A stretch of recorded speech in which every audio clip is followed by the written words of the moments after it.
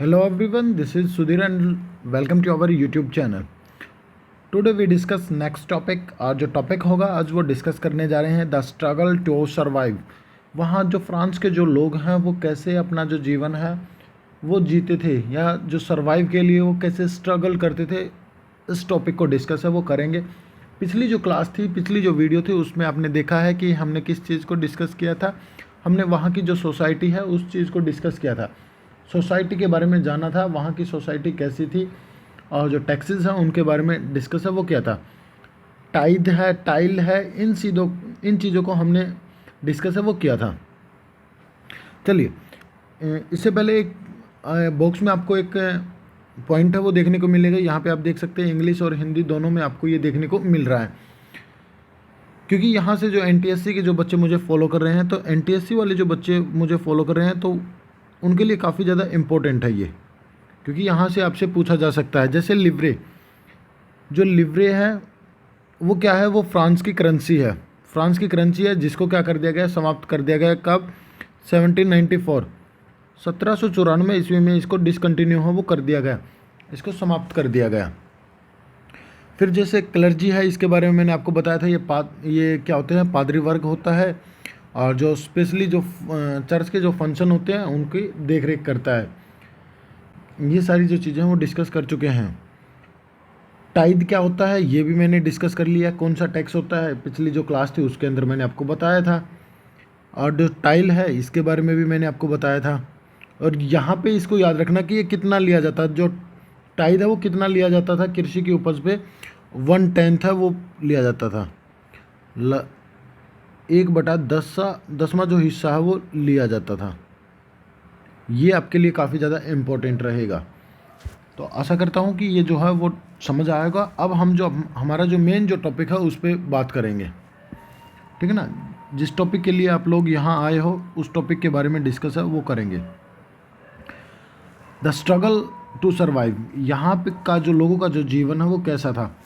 जैसे आपको पता है कि फ्रांस की जो पॉपुलेशन थी 1715 ईस्वी में वो कितनी थी, 23 मिलियन। लगभग मैं बात करूँ तो ये कितनी थी, 2.3 करोड़।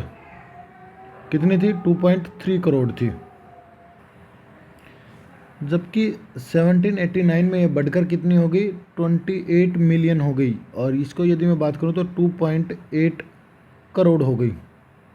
जिस तेज़ी से जनसंख्या बढ़ रही थी उसी तेज़ी से जो फूड ग्रेन्स है, जो अनाज है ना, उसकी भी जो डिमांड है वो बढ़ रही थी।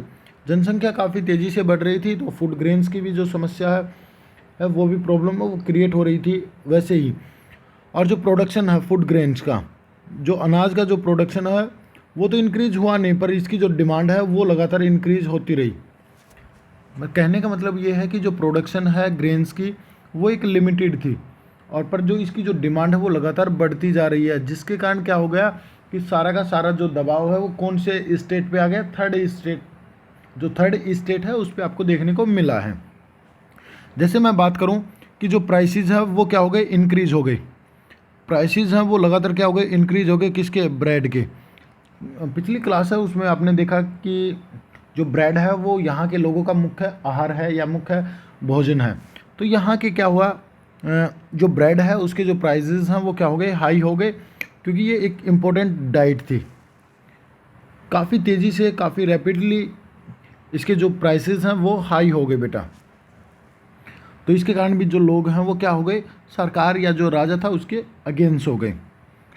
Most worker were employed as labour, मतलब ज़्यादातर जो लोग हैं वो क्या करते थे, लेबर के रूप में या मजदूर के रूप में कार्य करते थे। जो इनके जो मालिक होते थे वो इनकी जो तनख्वाह, इनके जो वेजेस होते हैं उनको क्या करते थे, फिक्स करते थे। यहाँ पे याद रखना, यहाँ पे जो वर्कर्स या यहाँ पे जो एम्प्लॉयमेंट जो काम करते थे, जो लोग जो काम कर रहे थे, वो जो इनके जो मालिक थे उन्होंने क्या किया, इनकी जो वेतन है, जो इनकम है, उनको क्या कर दिया, फिक्स कर दिया। But wages did not increase, जो इनकी जो वेजेस हैं वो क्या हो रहे थे, वो इंक्रीज नहीं हो रहे थे। और जबकि जो प्राइसेस हैं वो राइज हो रहे थे। कहने का मतलब है जहां आप काम कर रहे हो वहां पे आपकी तनख्वाह नहीं बढ़ाई जा रही, बल्कि जो महंगाई है वो बढ़ती जा रही है। तो ये भी क्या थे, ये काफ़ी मुश्किल जीवन है वो व्यतीत करते थे। इससे क्या हो गया कि जो गैप था वो काफ़ी ज़्यादा बढ़ गया।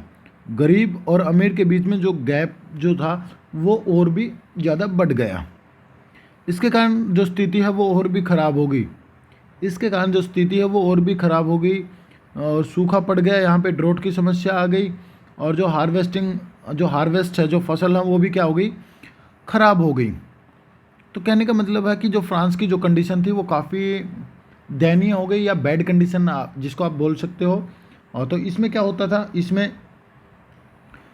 इसमें ये चीज़ देखने को मिलती थी कि मतलब सूखा पड़ गया, कहीं पे जो फसल है वो ख़राब हो गई। तो इसके कारण पूरी की पूरी जो कंडीशन है यहाँ के लोगों की वो काफ़ी ज़्यादा ख़राब हो गई और जो जीवन जीने के लिए मतलब जो सब्सिटेंस है, जीविका है, वो भी संकट में आ गई, क्राइसिस आ गई।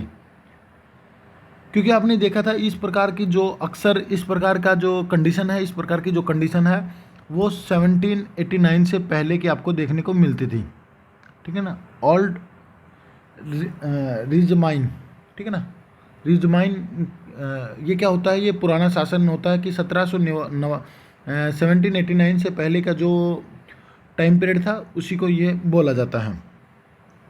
तो यहाँ पे ये जो टॉपिक था वो हमारा कंप्लीट हुआ बेटा।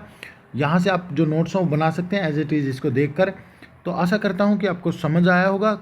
यदि कुछ डाउट है तो आप मेरे से पूछ सकते हैं और नहीं तो नेक्स्ट टॉपिक के साथ आपको मिलते हैं बेटा।